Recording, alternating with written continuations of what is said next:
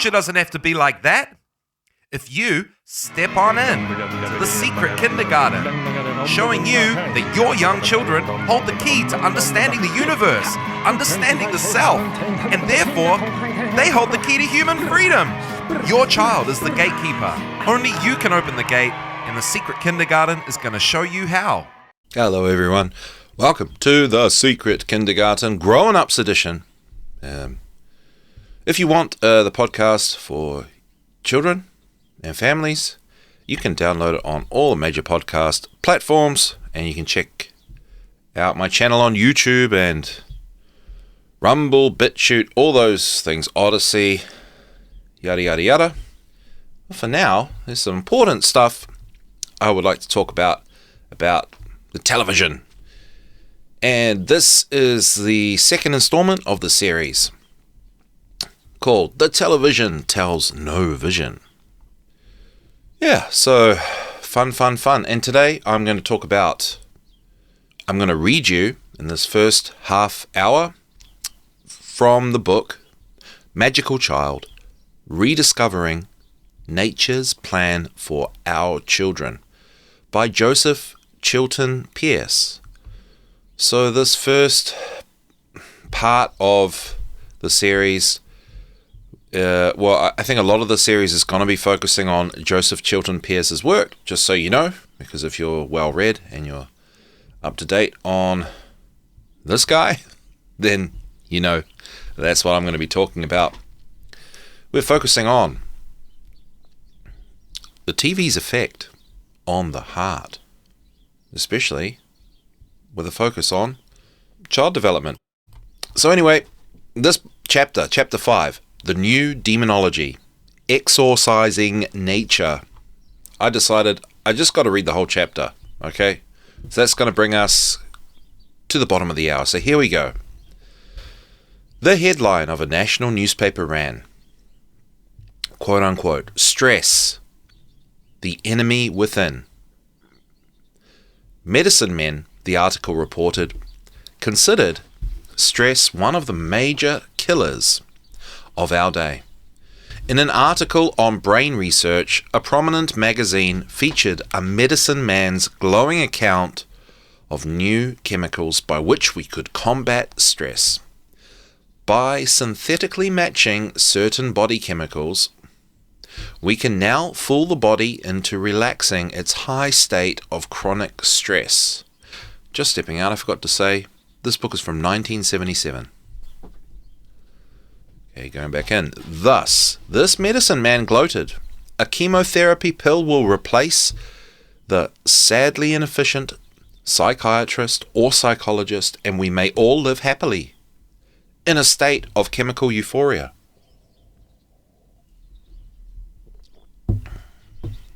Stress, of course, is the very fibre of life, and surely of intelligence. Why should, indeed, how did, stress become the enemy within? Obviously, the life-giving balance of stress and relaxation has been seriously upset. We are locked into a cultural stress atmosphere in which relaxation becomes almost impossible unless it is chemically induced.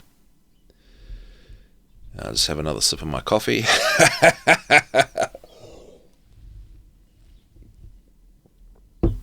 I crack myself up sometimes. It is stress that truly proves to be the enemy.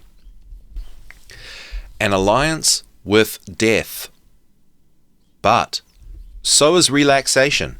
Relaxation, because if such a state completely takes over, we must put that body 6 feet under.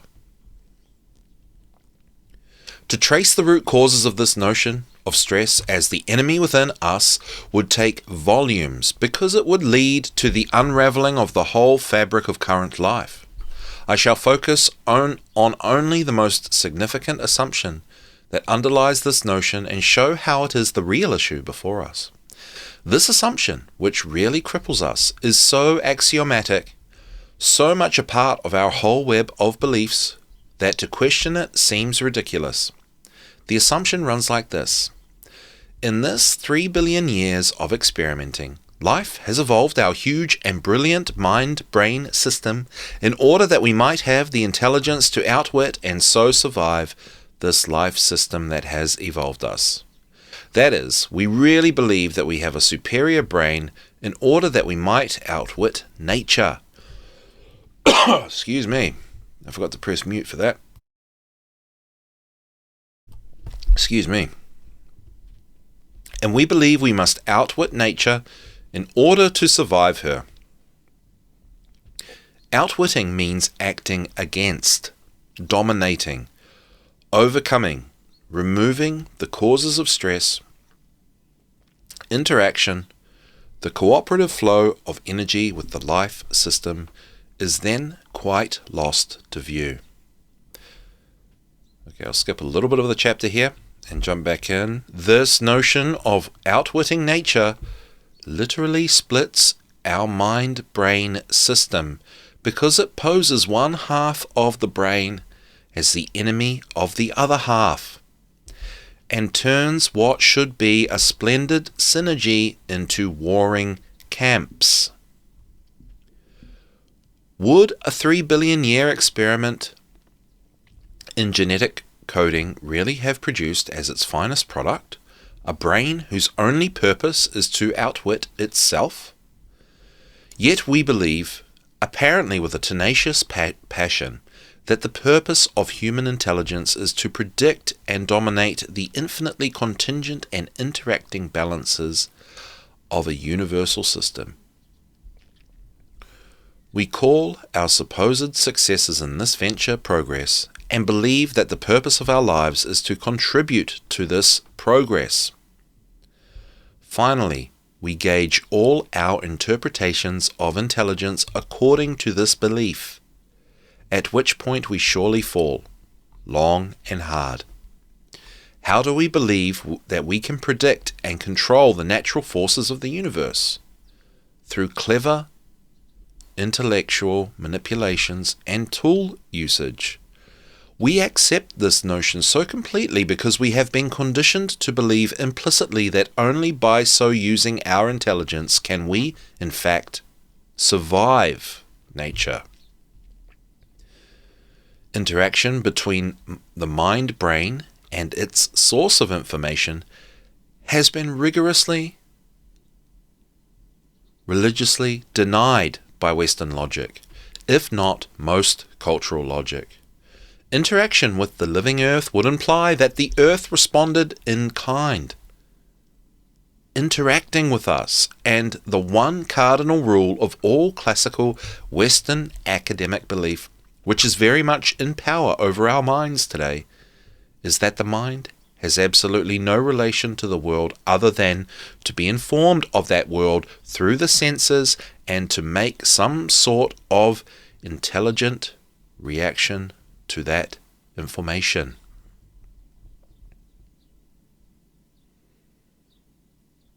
This belief has automatically robbed us of personal power. Having no personal power to draw on, we are reduced to only one source of power, tool usage. And so we have evolved a continuing body of knowledge concerning the employment, creation, enhancement, and service of tools. Our real criterion of value becomes the culture's body of knowledge offering or promising enhanced tool production, possible domination of nature, and so some security. Potential is seen as an increase of tools. The training and education of children is designed to lead to better tool invention, production, consumption, and handling. Our body of knowledge and tool development has never given, is not presently given, and almost surely will never give us either physical security or well-being. The more vast and awesome... I lost my spot here. The more vast and awesome our tool production has become, the greater our anxiety, hostility, fear, resentment, and aggression.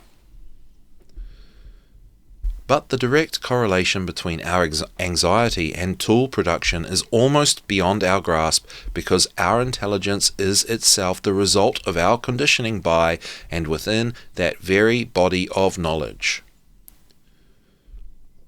Our intelligence is trained to believe that any imperfections in the reality resulting from our activities, such as personal anguish, misery, and fear, simply indicates the needs for improvements in the body of knowledge and/or improvements in tool production, distribution, and application.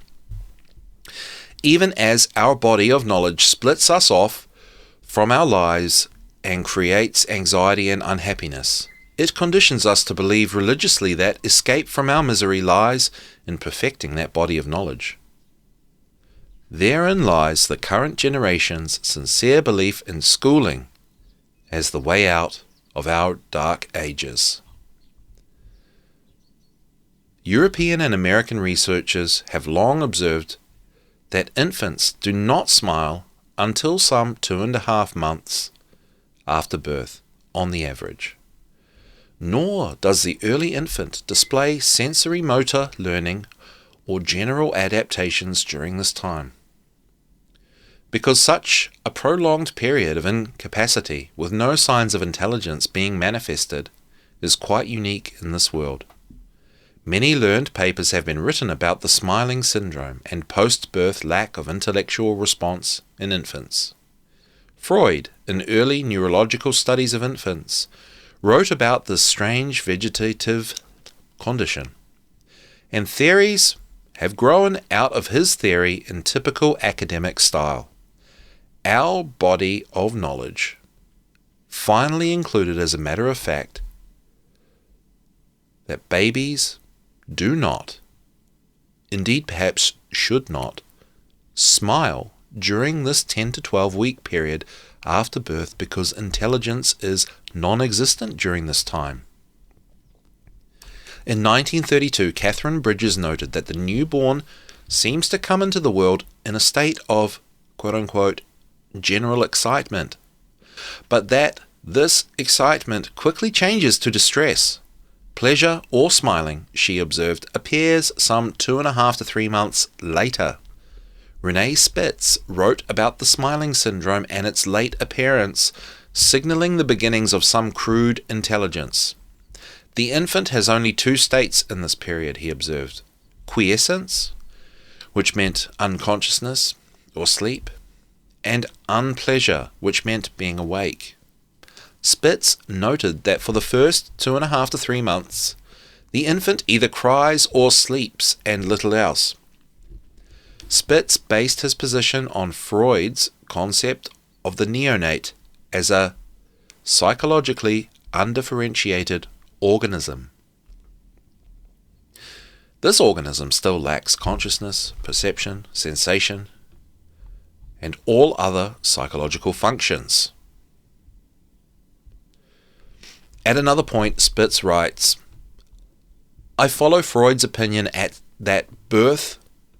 at birth there is no consciousness. Accordingly, there can be no awareness or conscious experience. Thus, it is rare to find the smiling response before the 3rd month of life."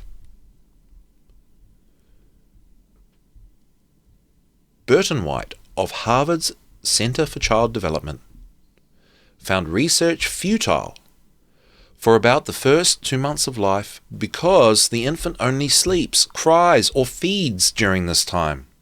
Until smiling begins, he maintained, there is no intelligence. The question arose, why is intelligence so slow in forming? No other species has anything comparable to this long delay in at least some form of intelligent adaptation.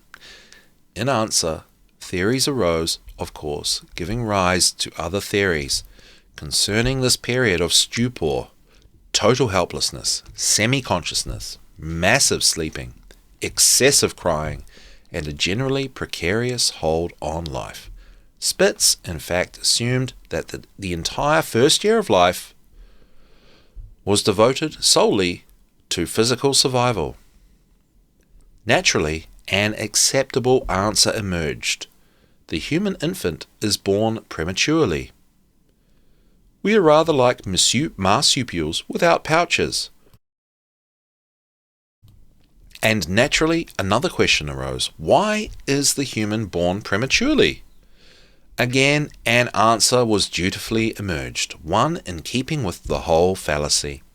We are born prematurely because of our big brains. Notice that the head of the infant at birth is much larger than the body. Problems arose when humankind got up on its hind legs and started walking upright, because this posture closed in the pelvic area and narrowed the birth canal considerably. With this huge head full of all those brains, if the infant were to grow to full term in utero, his head would be too large to pass through the now narrowed canal. So the human infant must be born prematurely to get out at all. No less a person than Jerome Bruner of Harvard's Center for Cognitive Studies, surely one of our more brilliant researchers, developed this idea. The assumption is terribly wrong, but the academic rationale growing around it began to include more contradictions blithely ignored, because once an idea is accepted into the body of knowledge, everyone, quote-unquote, knows, and no one questions it. Everyone, quote-unquote, knew that no smiling occurs for some 10 to 12 weeks because infants are born prematurely and have no intelligence during that time. If a mother reported some smiling before that acceptable date, the cryptic diagnosis was gas pains.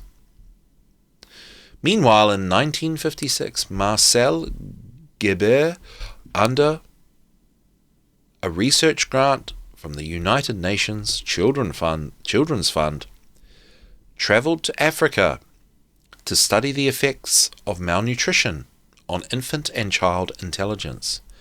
She concentrated on Kenya and Uganda and made a momentous discovery. She found the most precocious, brilliant, and advanced infants and children ever observed anywhere. These infants had smiled continuously and rapturously from, at the latest, their 4th day of life. Blood analyses showed that all the adrenal steroids connected with birth stress were totally absent by that 4th day after birth. Sensory motor learning and general development were phenomenal, indeed miraculous. These Ugandan infants were months ahead of American or European children. A superior intellectual development held for the first 4 years of life. These infants were born in the home, generally delivered by the mother herself. The child was never separated from the mother, who massaged, caressed, sang to, and fondled her infant continually.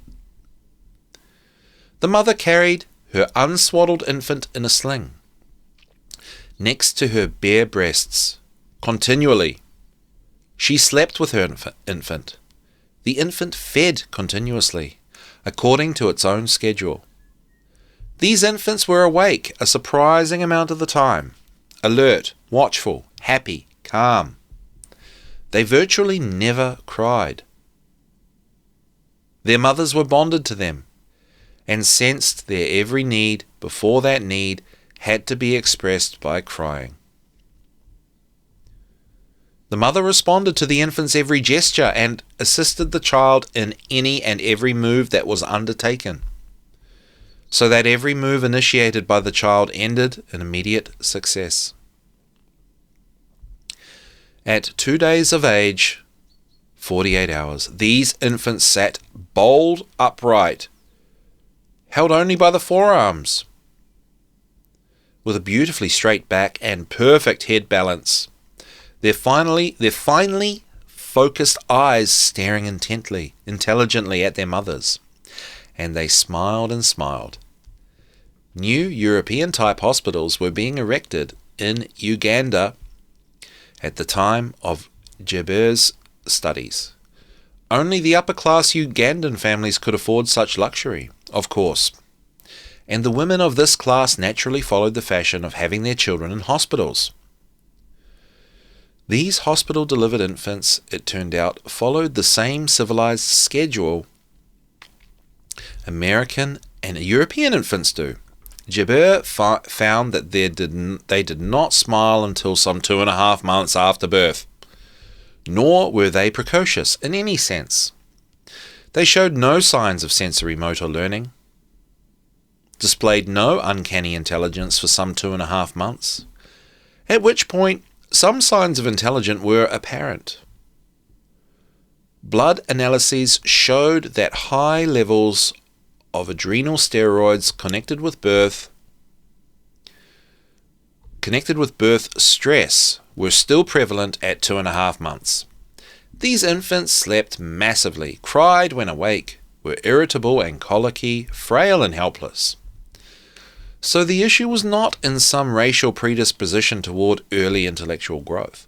The issue lay solely with what happens with the newborn infant in hospitals. What happens to the newborn infant in hospitals, What happens is quite simple. The infant is exposed to an intelligence determined to outwit nature. An intelligence distrustful of anything natural. An intelligence with a vast array of tools at its disposal, with which to outwit and in fact supplant nature entirely.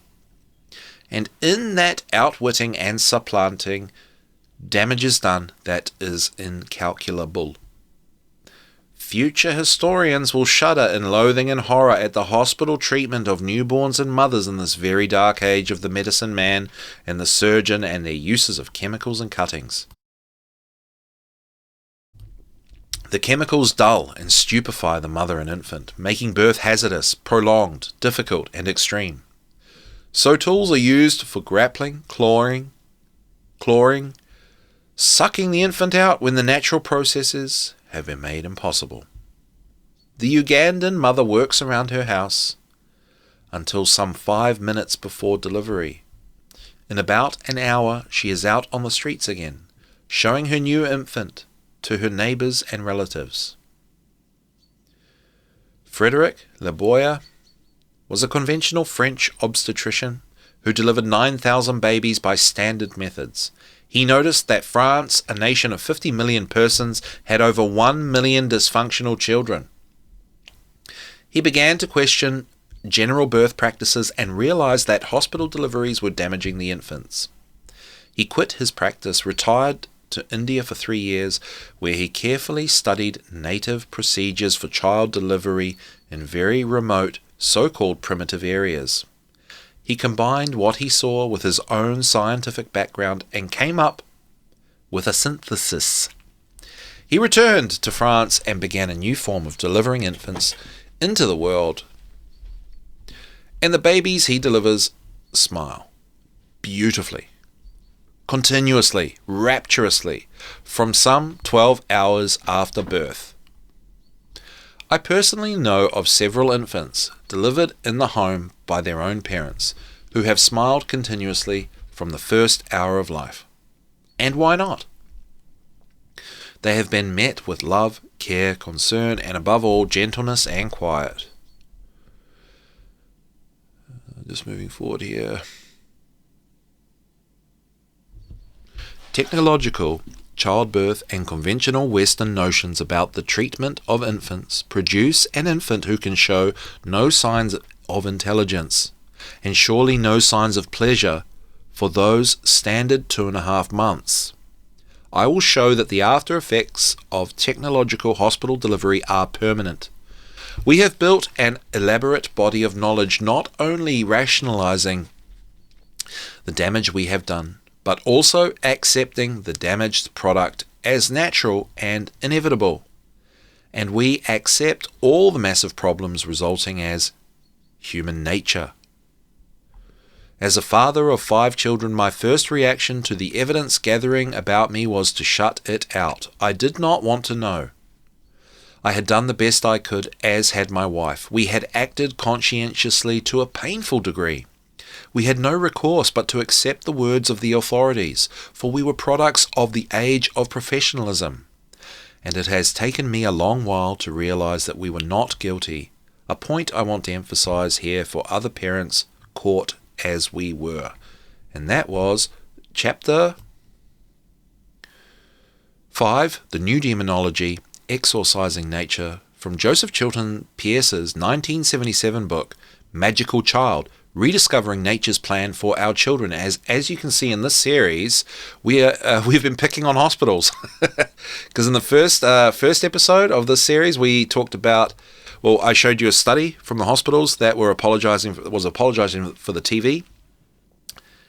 And now Joseph Chilton Pearce is explaining to us how we're living in, well, he's not using the word satanic, but that's what he's inferring, right? A materialistic, anti-nature paradigm that we are indoctrinated into through education to create solutions to problems which aren't actually problems, which create more and more tools. And he picks on the hospital a lot here, and rightly so. And if you probably know people out there in the alternative communities, the truth communities that are big on natural birthing and stuff, and this is why they possibly have read this book and obviously done other studies. The hospital is kind of an inversion of the way birthing should be. Rich coming from me, being a man that doesn't have any children, but I'm just pointing out this to connect it with that the TV is bad. It's all about bonding. And the TV is a tool that gives the kids some bonding in an artificial sense. And that's part of why the TV is not so great. Okay? So while we are looking at Joseph Chilton Pearce book, we are moving forward in time to his 1992 book, Evolution's End. And I encourage everyone to read his books, or read his books. This series is going to be heavily based on his work.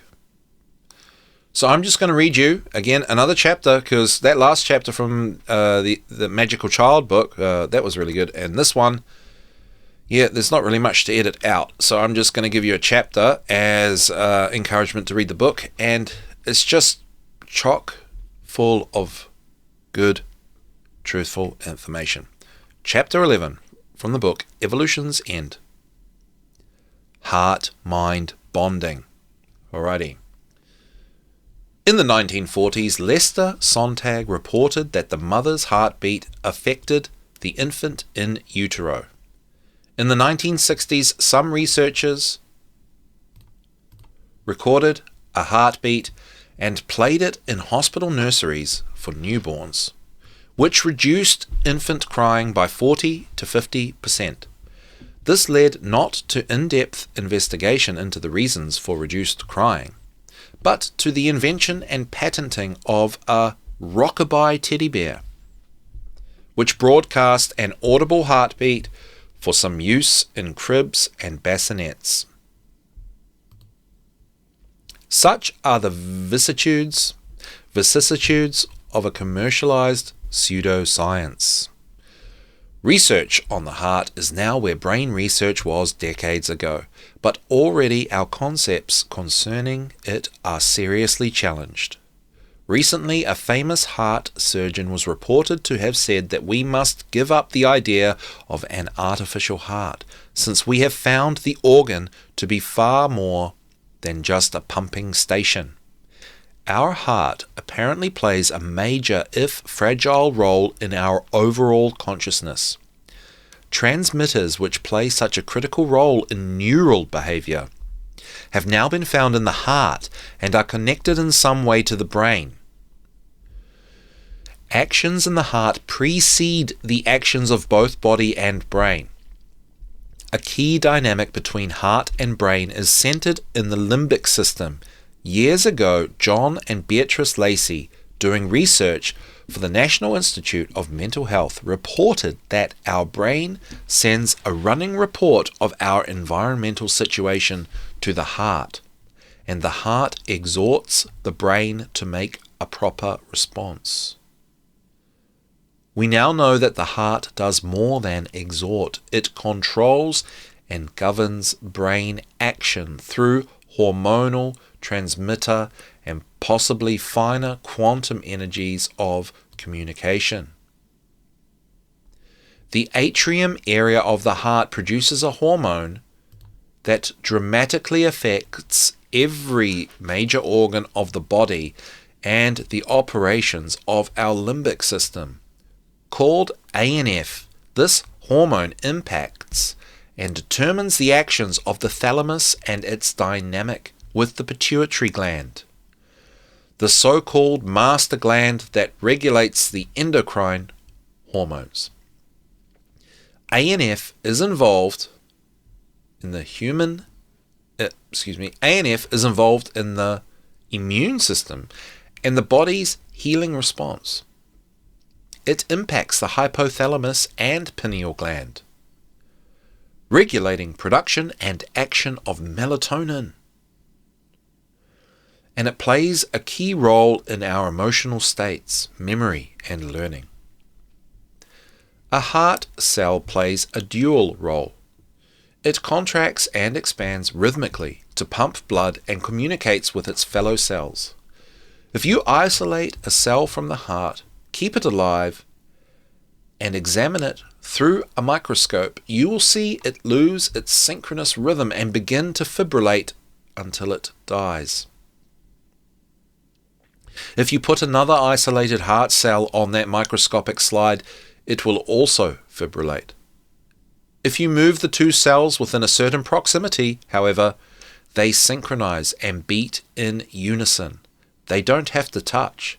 They can communicate across a spatial barrier.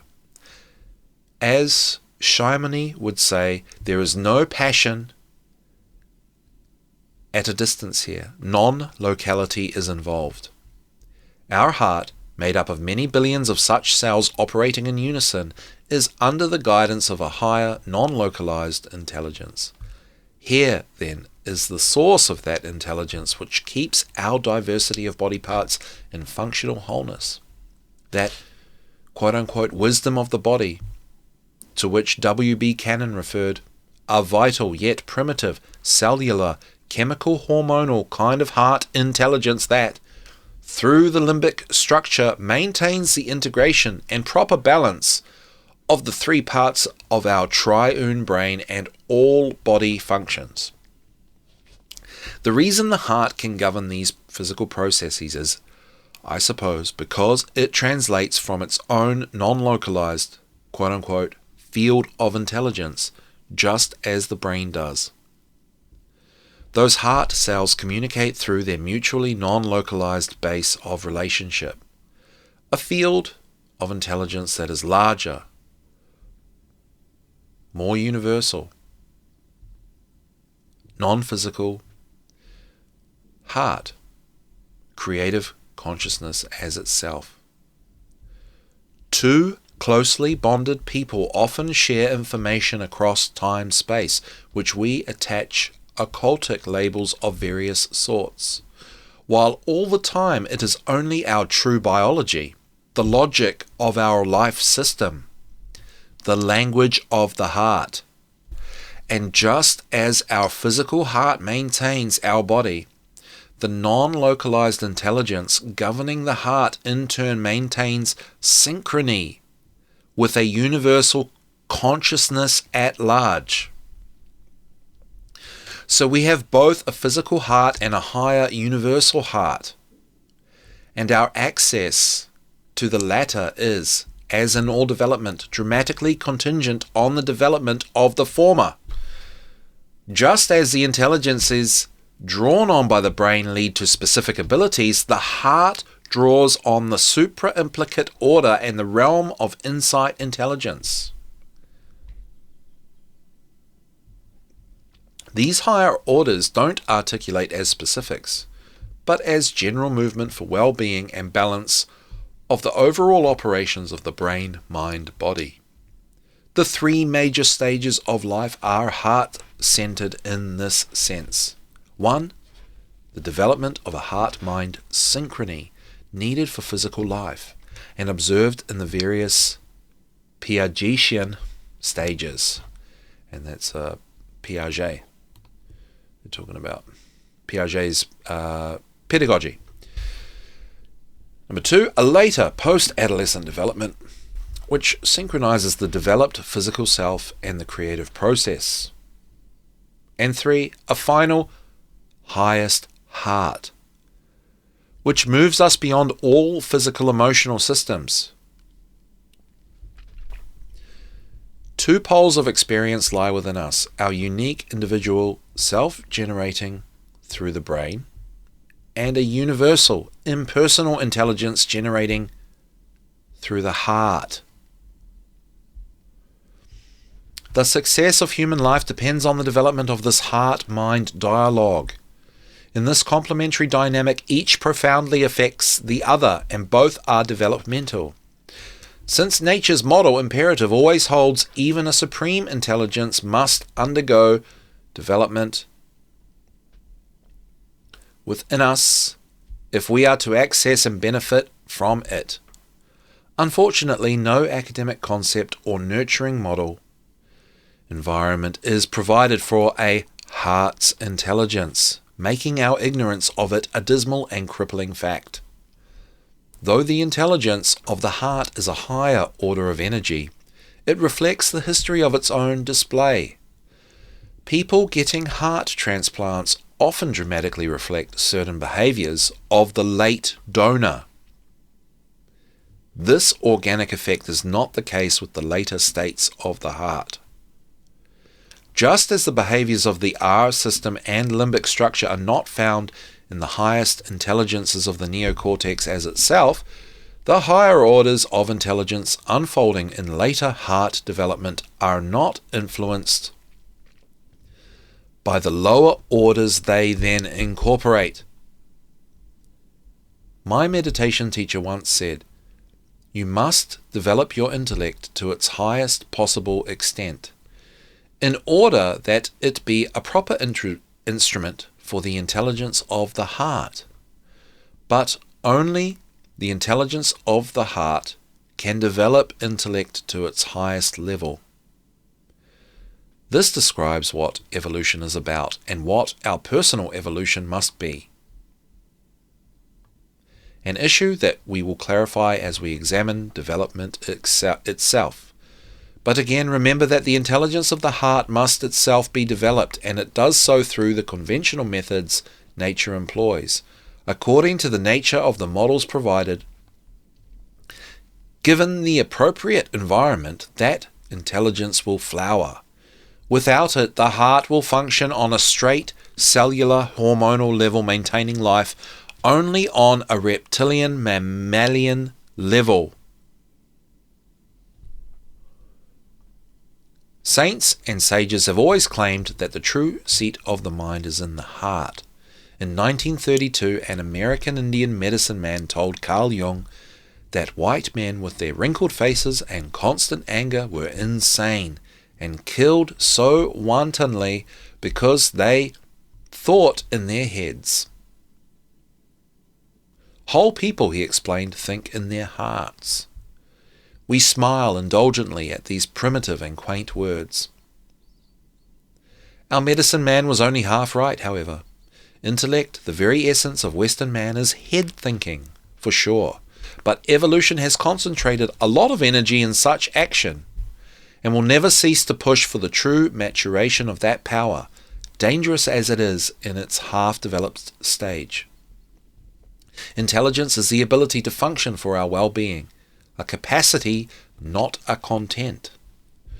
Just as a multicellular organism has incorporated the single cell into its higher evolutionary possibility, intelligence is designed to incorporate intellect into its service.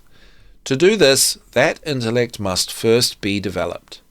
The intelligence of the heart must not only be developed as itself, it must in turn have something to operate on. something to respond to, without a brain system to function in synchrony with the universal intelligence of the heart is stillborn.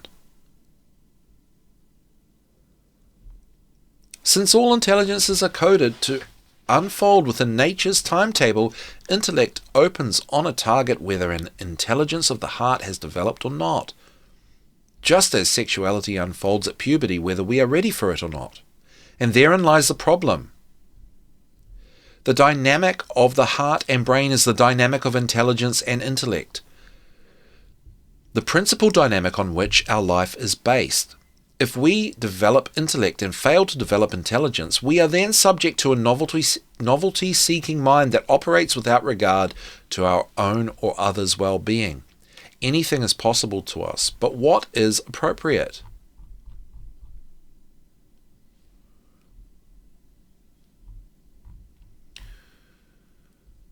This example will illustrate some simple dynamic between physical heart and the two elementary brains. Okay, well, we're running out of time. This is this guy is very high energy with his writing. I can imagine him. I can imagine the late Joseph Chilton Pearce like furiously writing on the paper, like super passionate about this. This guy. I think I've made the point here that I haven't made the point. Excuse me. I need another coffee. Joseph Chilton Pearce has made the point here of the importance of the heart, connecting the heart connected to the mind and the nurturing of the heart, and the heart's importance of the higher order intelligence, the connection to the universal intelligence. And let's boil it right down to that the heart is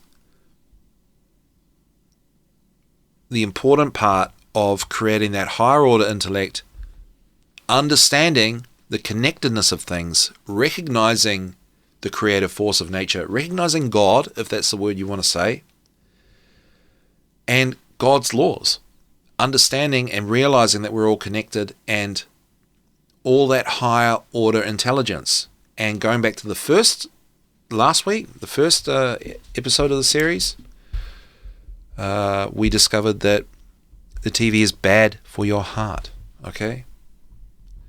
So the TV is a tool to keep us in our reptilian mammalian mindset,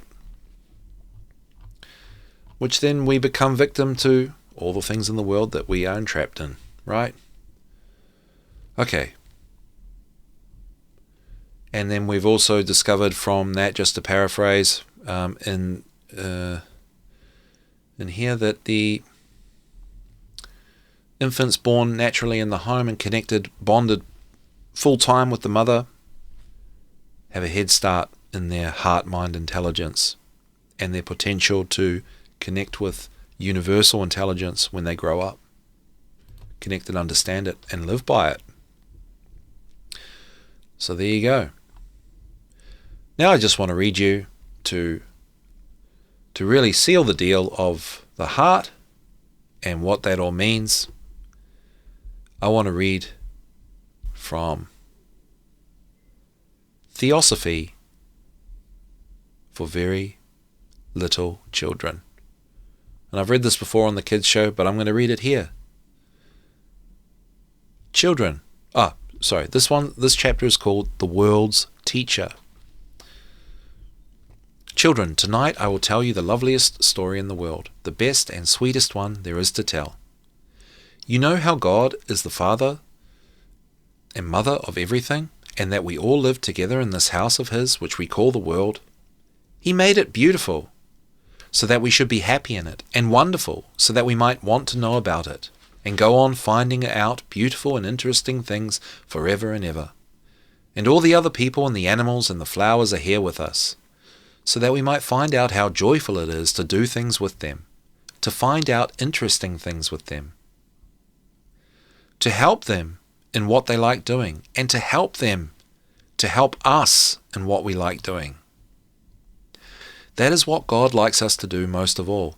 Sometimes people don't find that out for a long time. Why doesn't God tell them, did you say? because he knows that they will learn to be much wiser if they find it out for themselves. But all the time he is hoping they will find it out soon, because then they will be so much jollier and happier. And to help us, he sends some of his quite grown-up children to live with us here, to look after us all and teach us all. We do not often see them, but they see us all the time, and all the time they are trying to help us grow, just as God wants us to grow, and to help us to do just what God wants us to do. Although God's big children are now so splendid and so beautiful and so good, once, a very long time ago, they were amongst God's littler children like us, and they grew up in God's house as we are doing now, and learnt about all sorts of wonderful things as we are learning now. That is why they know how to help all of us so well now, because once they were just as we are now. One of them is more beautiful than all the others, and wiser and more wonderful, and because he was so beautiful and so wise, and loved all the people and things in God's world so very, very much, God said to him, "You must be the chief teacher of my little children in this world." So all the time, for thousands and thousands of years, God's best teacher lives here with us, and loves us and watches over us and teaches us all the time with wonderful love and wisdom. He is with us too in that more beautiful house of God's in which we live every night and after we die. And there he is like sunshine which shines everywhere all the time, and sometimes, every now and then, as the people in the world go on growing up, he comes here too, and walks about in our towns and cities, and speaks to us all himself, instead of by his messengers, as he does at other times, and tells us how to be wise and loving, and how to make everything happier and better. Then all the people feel happier and stronger, and many of them begin to want to try hard to grow beautiful and good like him. Even the animals and birds begin to play and sing for joy, because he is there. The angels know too, and come down on our earth to sing. They are so pleased at our happiness. You see, they all love him so very much too. Isn't that wonderful? We cannot help loving the best and most beautiful Son of his that God has on this earth. At other times he sends his messengers. Some of them know that they are his messengers, and some do not. You are his messenger sometimes whenever you bring to the people and things in his world which he loves so much something beautiful, a lovely flower, a bright smile, a kind word, a helpful deed. He sends them a message for you, sends them a message by you, for, remember, all the beautiful and tender things in the world are his, because they are really all God's, and he is God's own heart and smile to us. And remember too, that sometimes we are his messengers, not only to the people in the world, but to his very little children, the animals and the plants. He was always so gentle to the little and weak things in the world, and used his wonderful power to bless and help them. Although he was the greatest and strongest of all people in the world, he let some of them, the last time he was here, put him to a cruel death rather than use his great power to save just himself. He never did anything for himself alone. All the time he was thinking about all his children and what he could do to help them. Even when some poor silly men hurt him so that he died, he still thought about them and loved them. Ah, poor men, they couldn't have known whom they were hurting, could they? Or they would never have done it. In other countries they have got another name for him. In a sunny land far away in the east they call him the Lord Maitreya, which means the Lord of brotherly love. But there is one name that is best of all the names they have for him anywhere. It is a name they have for him in a very old book. In that they call him the Heart of the World. Don't you know why they call him that beautiful name? It is because his heart is so big and wise and loving that there is never any time when he does not know all the thoughts and feelings of everything that lives in his world and all that is happening to them. And there you go, guys, just stepping out of that because we're running out of time here. But I just want to say that last bit again. Why they call him the heart of the world. because his heart is so big and wise and loving that there is never any time when he does not know all the thoughts and feelings of everything that lives in his world and all that is happening to them. And going back to Joseph Chilton Pearce's work, where talking about the properly developed heart-mind connection, the properly developed human being, starting with a natural birth and a proper bonding and connection with the family, the mother, obviously as the infant, creates that syntropic thing, that human growth and potential. And here we are reading about theosophy, and this Theosophy for Very Little Children, about Jesus, right? And they're explaining in a sort of esoteric way this thing that we've discovered from Joseph Chilton Pearce, that Jesus is called the heart of the world, and he represents the ultimate potential of this heart, higher intelligence of the heart. So there you go. And that's why I read that bit for you. So, TV damages the heart. TV is an artificial bonding agent, tool, thing. TV is a tool that helps keep our heart-mind connection underdeveloped or potentially undeveloped. And so does the education system. So do the hospitals. So all these tool-type things. Anyway, it's all bad news, right? But anyway, thank you so much for tuning in, and stay tuned. Next week we'll have the next installment of this series. All right, I love you guys. Bye.